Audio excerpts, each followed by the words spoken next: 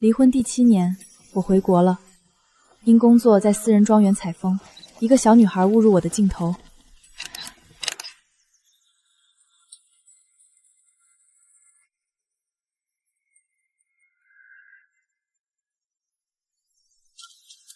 小姐，您认识他吗？不认识。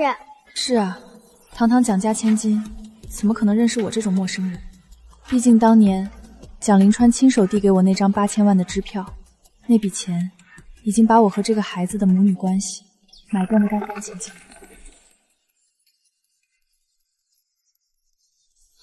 这位女士，请立刻删除刚刚拍摄的照片。好的，我这就删。等一下，能给我看一下吗？你刚刚拍的我。可以。意外的拍得不错哎，阿姨，你拍照技术真好。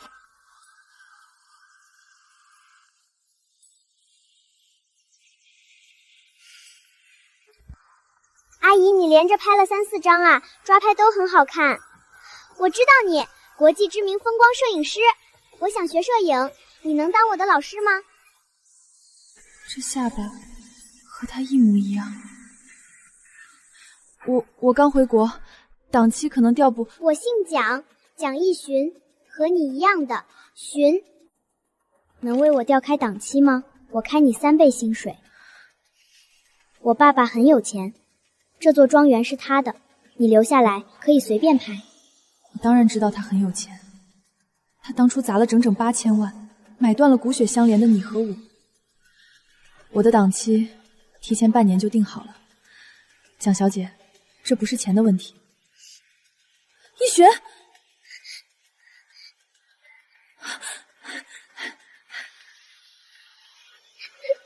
爸爸，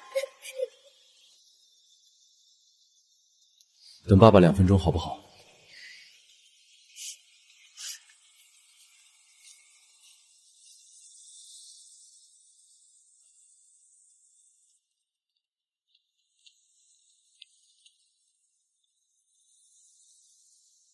这些年过得还好吗？还可以，多谢关心。一群暑假都在这儿。我来是因为工作，不知道会碰见他。蒋总放心，拿钱办事我懂规矩，不会做多余的事。我没那个意思。一群课业繁重，难得喜欢摄影，你的作品集他看了很多遍，我想请你一答应他的请求。他才7岁，你为什么要让他活得这么辛苦？因为他要接手蒋氏，必须这么做。是啊，他姓蒋，和我有什么关系？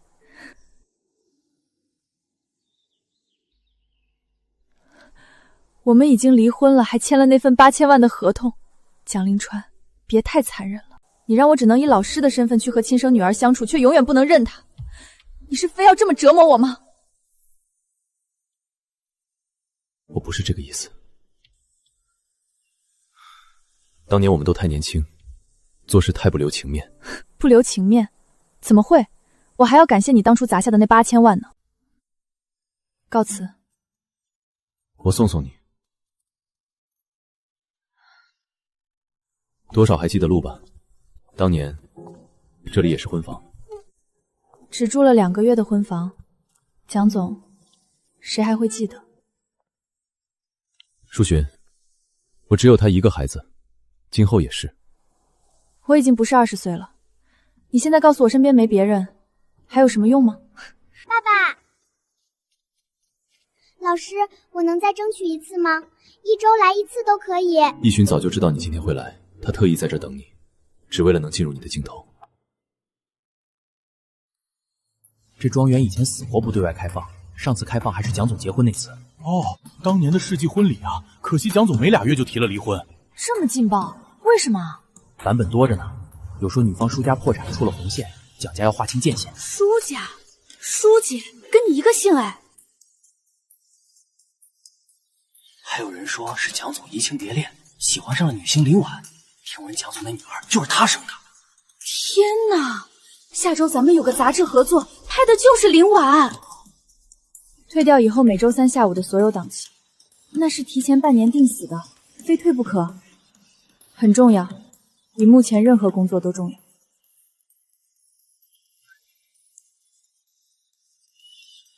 行吧，但下周凌晚的拍摄你得坐镇，扩下人脉。好，我会去。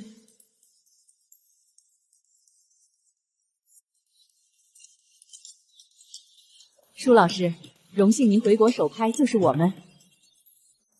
您过奖了。怎么是他？林婉长得真美，还是名校毕业的高材生。高材生来娱乐圈捞钱多快啊！舒老师，嘉宾吗？上班时间不许讨论客户，这是职业素养。不愧是舒老师，我还得谢谢你了。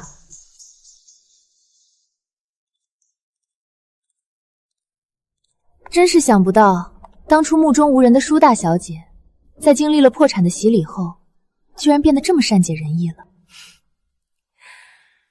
这么久不见，听说你在国际上混得倒是不错，只是……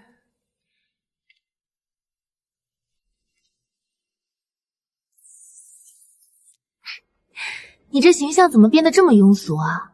浑身上下都透着股干粗活的廉价味儿，哪里还有半点当年顶级名媛的样子？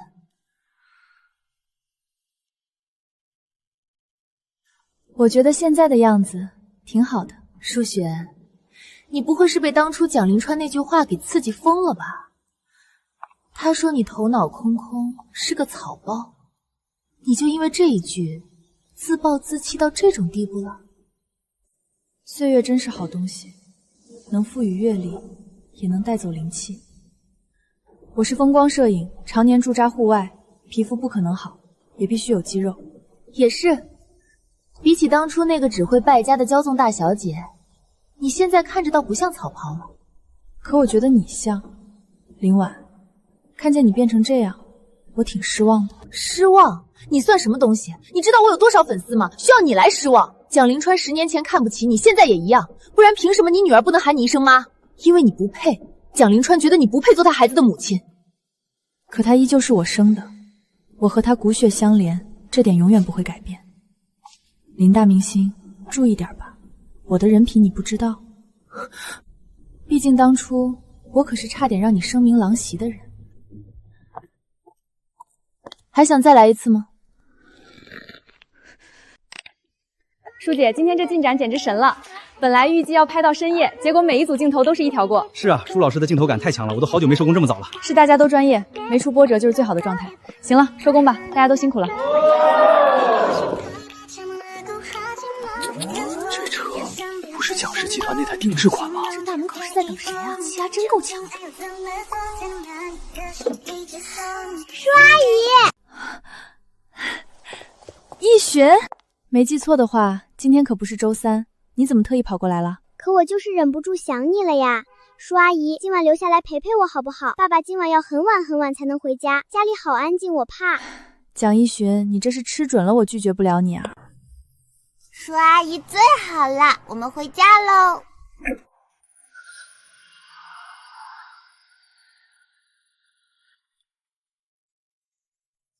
好久没见小姐笑得这么开心了，以往这时候她总是把自己关在琴房里。逸璇，看这里，构图的时候要把重心放低一点，对，手稳住，慢慢拿捏这个角度。哇，你拍出来的画面就是比我好看太多了，你也太厉害了吧，感觉相机在你手里像有魔法一样。你以后一定会比我更加出色，在摄影这方面，你本身就很有天赋。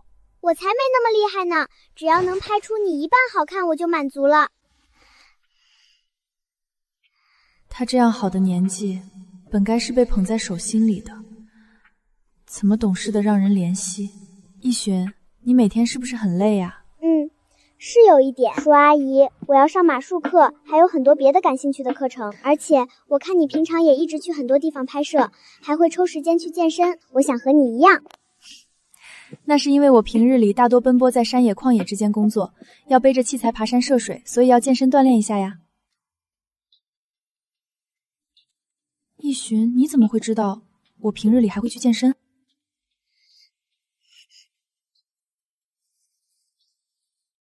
这孩子难道一直在偷偷关注我，还是说是那位蒋先生？哎呀，呀，好痒，舒阿姨。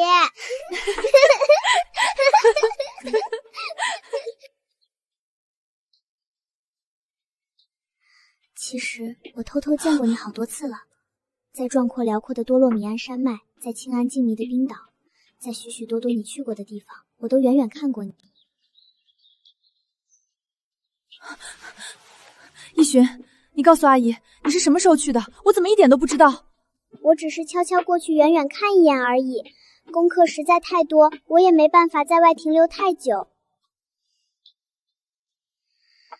都是坐着私人飞机，爸爸带着我悄悄过去的。你千万不要生我的气，好不好？我怎么会生你的气呢？舒寻，你现在是以什么身份在问？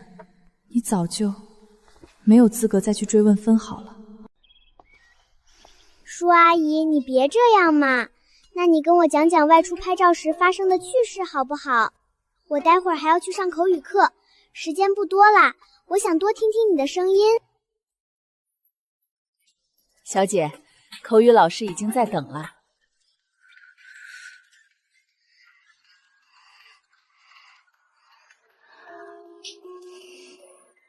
好，那时候我孤身一人在深山里，暴风雪说来就来，天地间白茫茫一片。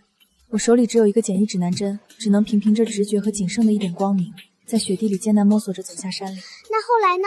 你受伤了吗？没有。还有一次徒步，我正调着镜头，一只野生黑熊就那么猝不及防地闯进视野，离我不到50米，惊心动魄，却又美得让我觉得一切都值了。最震撼的还是冰刀的深夜，我在刺骨的严寒里等了整整6个小时，终于等到漫天绚烂的极光划破长空。那一刻，感觉整个世界都安静了。舒阿姨，先别讲了，时间快到了。这般不情愿，就一定要去上口语课吗？若是实在不喜欢，索性便推掉也好。你这个年纪，不该只有上不完的课。倒也不是讨厌上课，只是满心满眼都想再多陪着你一会儿，舍不得和你分开。要是你愿意的话，我陪着你一同去上课，好不好？真的吗？太好了，一言为定。舒阿姨说话一定要算数，不许反悔。拉钩，绝不反悔。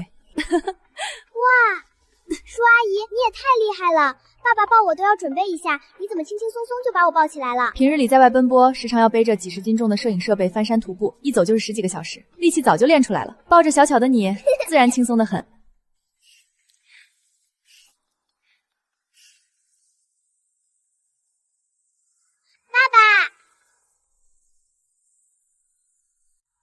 爸爸，你快看，快看呀！他超厉害的，刚才轻轻松松就把我抱起来转圈了。糟了，我不该这么急的，舒阿姨会不会觉得我太吵了？爸爸知道，他一直都很厉害，从来都是。哎呀，既然爸爸回来了，你们好好说说话，不用顾忌我啦。我自己乖乖去上课就好，口语老师还在等我呢。你们快好好聊聊，不许吵架哦。忙了一整天，想必也累了。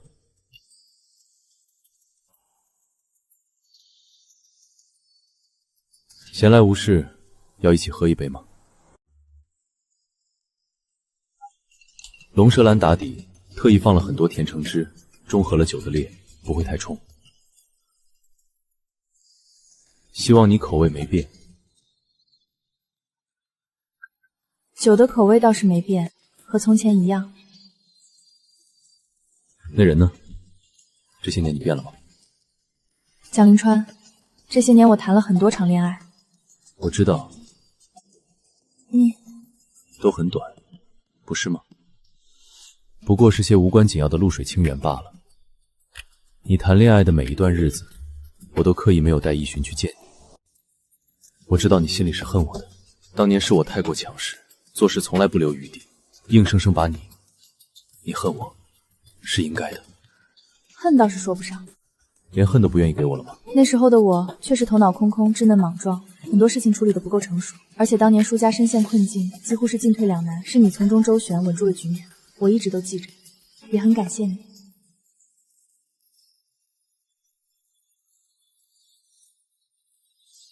蒋凌川，你……如你所见，这7年，我独自陪着逸寻长大。如果当年的我能再成熟稳重一点，如果我能早点直面自己的内心，早点看清自己真正想要的是什么，如果重来一次，我们的结局会不会不一样？应该会。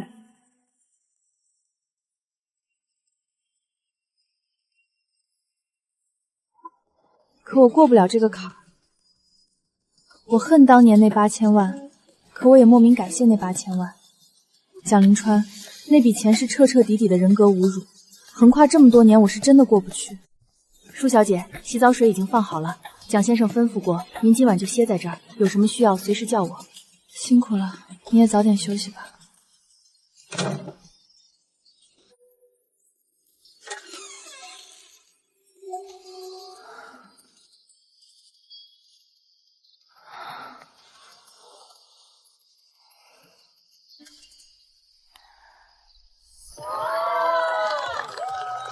小薰，从今天起，这整座庄园还有我，都是你的。我不要庄园，我只要你一直这样看着我。那时的爱意纯粹又热烈，从没想过今年之后只剩满地遗憾与无法回头的过往。凌川，我等这一天等了整整10年。我也是。舒家这千金除了会撒娇挥霍，哪点配得上蒋凌川？蒋凌川娶舒璇，不过是2家世交，蒋总迟早会腻。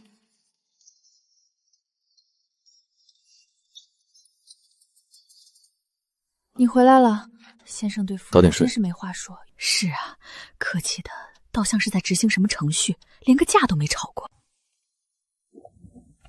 凌川，你爱我吗？怎么突然问这个？这些年我不都在你身边吗？我曾以为这种熟悉是底气，后来才看清，他娶我、吻我、陪我，全是惯性，唯独没有真心的滚烫爱意。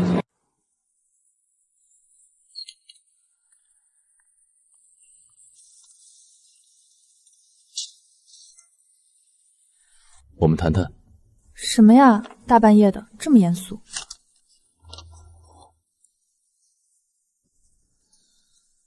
这是谁？半年前总裁办来了个实习秘书，叫林婉 ，A 大硕士即将毕业。舒璇，我对她不一样。什么意思？什么叫不一样？她很有能力和想法。一开始，我以为我对她只是上司对下属的欣赏。我知道她工作时刻提点。后来，我甚至想把更多的机会和核心资源都给予她。再发展下去就是过界。我的道德不允许我做出精神出轨却瞒骗你的事，所以我们结束吧。结束什么？我和你的婚姻，我们才结婚2个月，你该结束的难道不是那个林婉吗？你把她辞退啊！这不是谁走谁留的问题，这是第一次，我的感情越过了理智。舒雪，我从未和任何一个人相处聊天如此愉悦。你们能聊什么？我不能和你聊吗？你该得的财产只会多不会少。好聚好散，我们多年的情谊还在，以后有难处尽管来找我。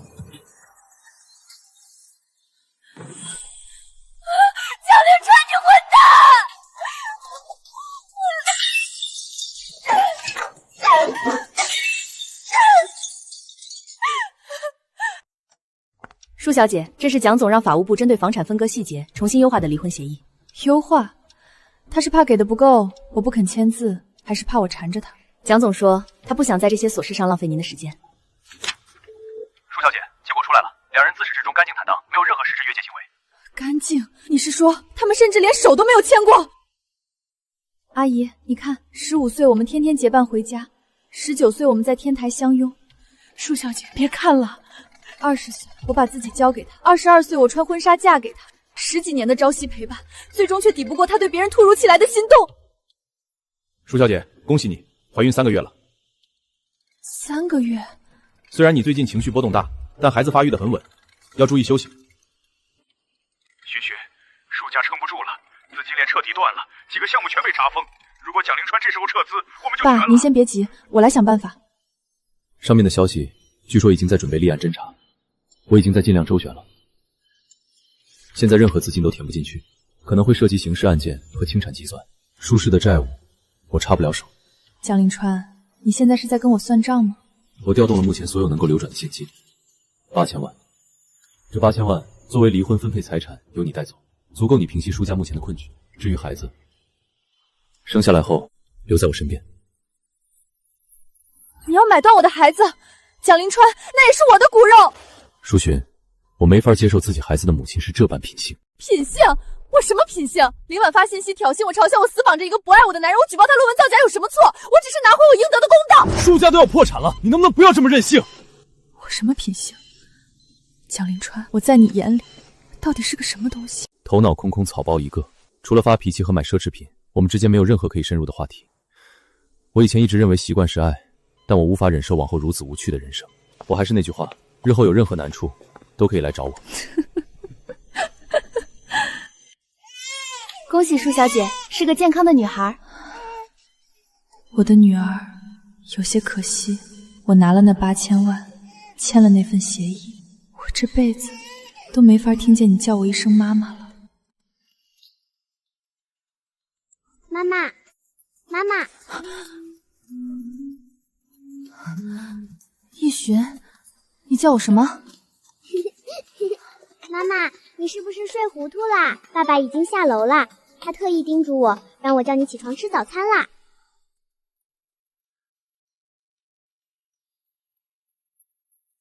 舒小姐，先生这几年很少亲自下厨，今天特意起了大早准备。他褪去了当年的冷硬刻薄，动作里满是熟练的温柔。这一幕岁月静好，太过真实，让我瞬间恍惚。若是当年无决裂无离别，这样温馨的清晨本该是我们的日常，可惜没有如果。现在的我，年少的骄纵和莽撞早就没了，只剩从容沉静。这是历经生死才换来的通透。按你以前的习惯，没加奶。谢谢，不过咖啡麻烦加冰。爸爸，以后我们每天都这样好不好？只要舒阿姨愿意。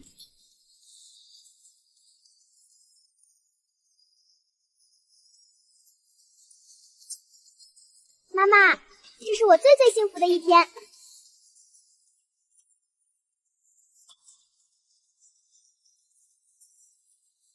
逸寻说这话很衬你。今天庆生人多，要是觉得吵，我带你去后面休息。不用了，陪孩子要紧。舒小姐，您看先生现在这分寸拿捏的，为了闯进您的生活，可真是没少借着小小姐的名义。他聪明，知道这样我不接受，也不好推开。先生这架势，完全是十足的追求者。如今我攥着这段关系的主动权，这种模糊的态度，是我对他最好的回击。这是我8岁以来最开心的生日啦！生日快乐，逸寻。逸寻，许个愿吧。我希望我们年年都这样在一起庆生。逸寻今天很满足，今晚留下来就宿吧。房间已经按你的习惯收拾好了。好，舒小姐这边请。先生特意叮嘱，房间按照您的习惯收拾好了。他猜到您为了孩子会留下来的。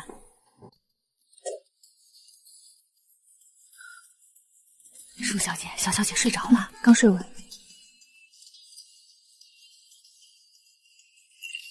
先生一直在下面等着，没歇息呢。还是你的口味，加了很多甜橙汁，龙舌兰的味道很淡。谢谢。这么晚了还没忙完？习惯了，国外的几个摄影展还在收尾。小雪，你的工作能留在国内吗？我只是想听你的答案。蒋总，你这是在求我，还是在局促？你的答案得看你的表现。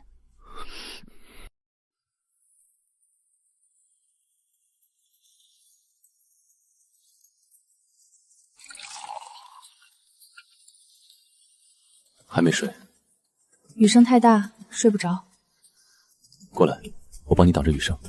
蒋总，我看你这些年身边倒是真的干干净净，一个女人都没有。怎么，当年那位灵魂契合的林小姐呢？是没人比得上你。这些年你在国外谈了几场？谈了几场重要吗？我还以为你当年那么护着林婉，你们能顺势发展下去。当年跟她只有半年的工作交集，这些年我全心陪着逸勋，他所有的起居都是我亲自照料，从喂奶到接送，我根本无暇顾及其他。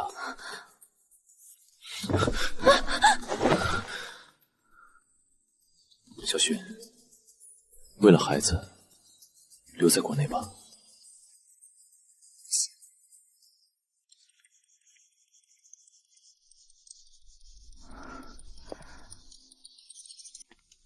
舒小姐，小小姐这一整天的食宿和休息都是被严格管控的，除了睡觉，她完全没有同龄孩子嬉闹的闲暇。8岁的孩子每天只睡6个小时，剩下的时间全是高压课程。先生说，这是为了让他尽早适应继承人的身份。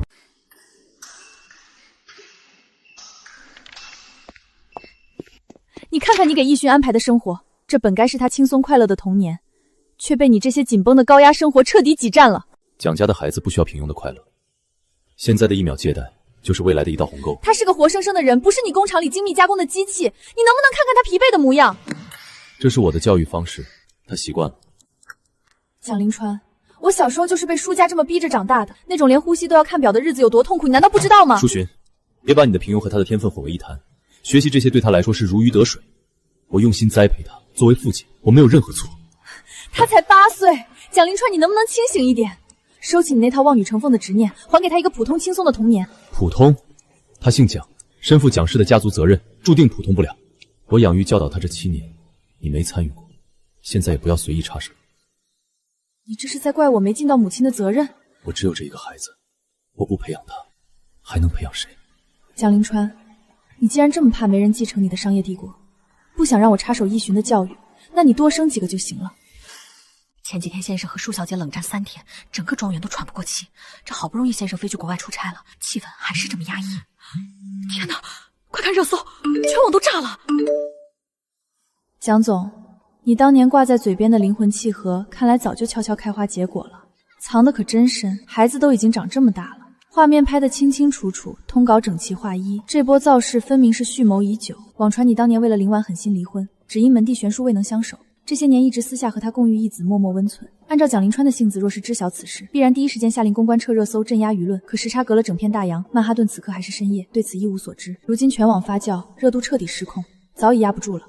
蒋灵川，这桩凭空砸来的深情佳话，你回来慢慢接。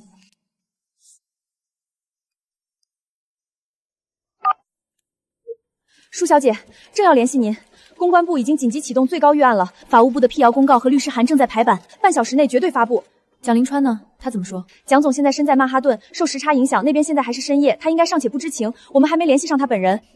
听着，那些公关手段都是次要的，我不管你们花多少钱压热度。那您的意思是？务必严防死守，切断庄园里所有的网络终端，记住，半点消息都不能让逸勋看到。明白，舒小姐，我会亲自带人去庄园，全程护好小小主，绝不让他接触任何电子程备。好，我现在赶回庄园。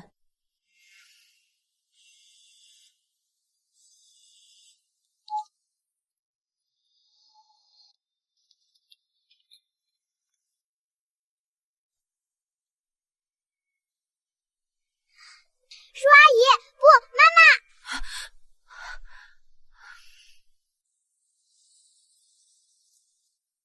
妈妈，你和爸爸吵架了是吗？但不管是为什么，肯定都是爸爸的错。怎么就这么确定啊？这么偏袒我？因为你总是迁就他，可他却总是惹你难过。其实你们离婚也是爸爸的错，这些我全都知道。我一直以为自己含糊遮掩的很好，以为只要不说就能护住他纯粹的童年。逸勋，我从未想过，小小的他早已悄悄洞悉了所有大人的纠葛与对错。妈妈，以前我总偷偷想，为什么别的小朋友都有妈妈陪在身边，偏偏我没有？爸爸很好，他是全世界最好的爸爸，真的。可妈妈是不一样的，谁也替代不了。以前在老宅，奶奶总说你狠心，说你为了自由丢下我不管。逸勋，可我不信，我一直好想见你，想的心都疼了。那时候我又想你，又怨你。后来爸爸看出了我的心思，在我4岁那年，他带我去了曼哈顿。曼哈顿？那是我们第一次见到你。你在街角的咖啡店拍照，笑得很开心。爸爸不让我靠近，我们就在街对面躲在车里看了你好久好久。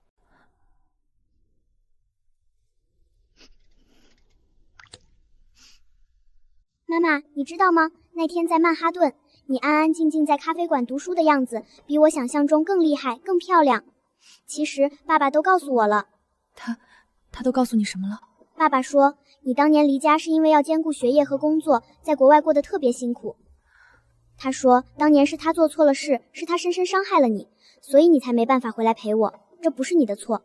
妈妈，没关系的，你不用因为我就勉强自己重新和爸爸在一起。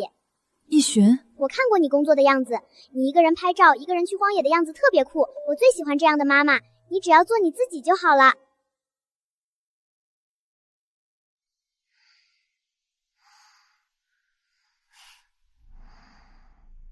舒小姐，全没了。什么全没了？那个林婉和私生子的热搜啊，昨晚还闹得沸沸扬扬，现在全网搜不到半点痕迹，干净的像从来没发生过一样。蒋氏财团这次是真的动怒了，官方账号连发了100多条律师函，听说所有带节奏的营销号都被封心了，这雷霆手段简直太强势了。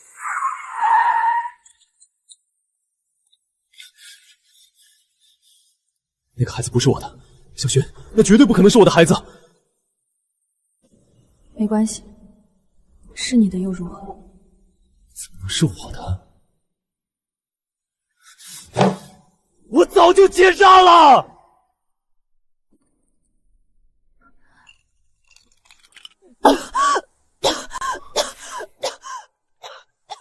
慢点喝，没人跟你抢。我都结扎整整6年了，小勋，你看过那段偷拍视频吧？爆出来那个所谓的私生子，他有6岁吗？那个孩子看起来确实只有4、5岁，还在上幼儿园中班。林婉这些年确实常去那家幼儿园接人，但那是他表姐的孩子。各大营销号为了那点流量，连最基本的逻辑都不顾，编排这种低劣的通稿。原来如此，年龄根本对不上。这场闹剧从一开始就是针对蒋氏和蒋灵川的蓄意抹黑。6年前，那是我们刚离婚不久。是，那时候你刚走。蒋灵川，你那时候正值盛年，事业和身体都是最好的时候，你当初怎么会想到去劫杀？你离开的第2年，我全身心都在陪伴逸寻。是啊，那时候小小姐心思敏感，整夜的哭，只要先生抱，谁也哄不好。他从小就不是个好带的孩子，为了能一心一意照顾逸寻，我当时就和林婉彻底断干净了。断干净了？那现在的绯闻是怎么回事？我不知道，他后来是怎么进的娱乐圈，怎么冒出的这些风波，我一概不知。这6年，除了工作和逸寻，我的生活里没有其他人。我妈那几年一直逼我，家里就我一个儿子，她急疯了，每天都在催我再婚。以蒋家的家世，想嫁进来的名媛能排到曼哈顿。我态度坚决，最后她大概是看透我不会再娶了，终于退了步。她只说，既然我不肯再婚，那至少得让他再有一个男孩，无论母亲是谁。其实你妈说的也不错，蒋家这么大的家业，没个男孩继承，确实可惜了。淑寻，你不用试探我，我都结杀了，这辈子蒋家唯一的继承人只有逸寻，也只能是逸寻。这些年，我在逸寻身上倾注了所有的心血和时间，对我来说，她不只是女儿，更是我弄丢你之后唯一的救命稻草。这辈子，我再也没法对另一个孩子付出这般毫无保留的爱了。那种爱太疼了，一次就够了。淑寻，我是在陪着他成长的过程里，才慢慢领悟到该怎么去爱你。逸寻真的很聪明，他的自律和天分，有时候连我都觉得惊讶。能得到这样一个小孩，完全是中了基因彩票。那些只看重家世的人根本不懂，这种灵气是求不来的。是啊，我也没想到，像我这种当年被你评价为头脑空空、草包一个的人，居然能生出这么聪明的小孩。对不起，小轩，我当初太年轻，总是轻易说出最伤人的话，却从没想过那些话会把你推向绝路。我知道祈求原谅很无耻，但我请求一次机会，只要一个能重新靠近你的机会。小轩，别再走了好吗？蒋灵川，你觉得我现在是在跟你说气话，或者还在怪你吗？我知道当年的事让你……其实没有，我是真的很感谢你当年给的那8000万，也由衷的感谢你当初主动提了离婚。小轩，你别这样说，我知道那8000万是对你的侮辱，不，那不是侮辱，那是救命钱。正因为我们离婚的早，那笔钱才能提前切割干净。我用那8000万偿还了所有的专务欠款，结清了所有被拖欠工资。是那笔钱给我换来了在国外生存最基本的安全保障。这7年，你在背后默默地理顺舒家留下的所有烂摊子。蒋灵川，这些我一直都知道。后来我去了香港，申请攻读硕士，那段日子是我人生里最灰暗的时光，孤独、无助、迷茫，它们像层厚厚的茧，把我层层包裹着。在那之前，我从没想过生存是件这么难的事。我第一次开始认真思考，舒寻活在人世间的意义到底是什么。蒋灵川，你知不知道我当初为什么那么拼命的读书？因为确实是因为你当年那句话，你说我头脑空空，草包一颗。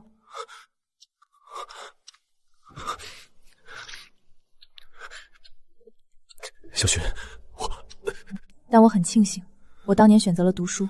在香港读完硕士后，我开始靠拍摄赚取学费和生活费。那时候很辛苦，但也正是那时候，我发现自己在风光拍摄上确实有些天赋。后来我顺利申请到了北美的博士。这些年，我常年奔走在户外山野，见遍了这世间的辽阔天地。一个人在荒郊野岭，你不害怕吗？荒寂的山野没有喧嚣，也没有手机信号，在那里，我便日日与书为伴，一步步踏遍山河。我带着书卷，听遍群山回响，走过万里江流。可当我从这般广阔天地中回头望向你时，我才发现，蒋灵川，你的世界如此狭窄。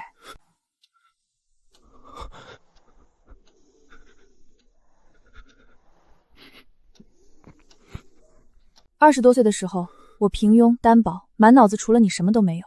那时候你看不上我，其实我不怪你。小薰，我不是那个意思。但如今我历经世事，走过山川大河，有了自己的眼界和阅历。蒋灵川，现在的我看不上你了，我们好聚好散吧。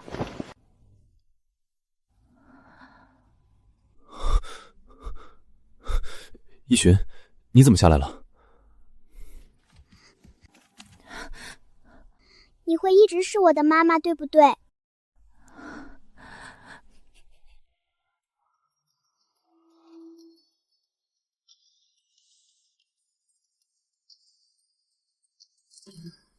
怎么，女明星现在连最基本的形象管理都放弃了？工作全丢了，全网封杀，我还管理个屁！所以说男人就是心狠啊！蒋灵川为了在你面前表忠心，是一点活路都不给我留。如果你指望我可怜你，那大可不必。你不该拿易寻出来炒作。我只是，易寻是我的底线，也是他的底线。